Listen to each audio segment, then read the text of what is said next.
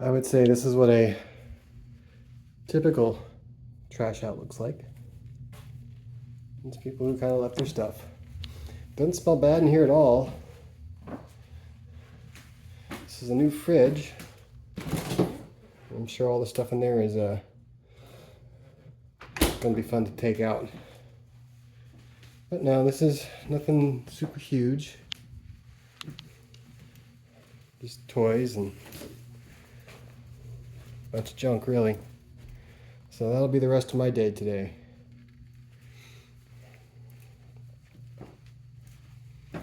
These milk crates are actually be somewhat helpful to get all this stuff out. There's somebody's junky property out there.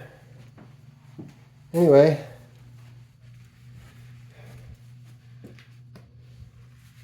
that's what this one looks like. Should be an easy turn. It's going to need flooring. It's going to need paint. It looks like everything's in good condition. The air conditioner still works. That's good.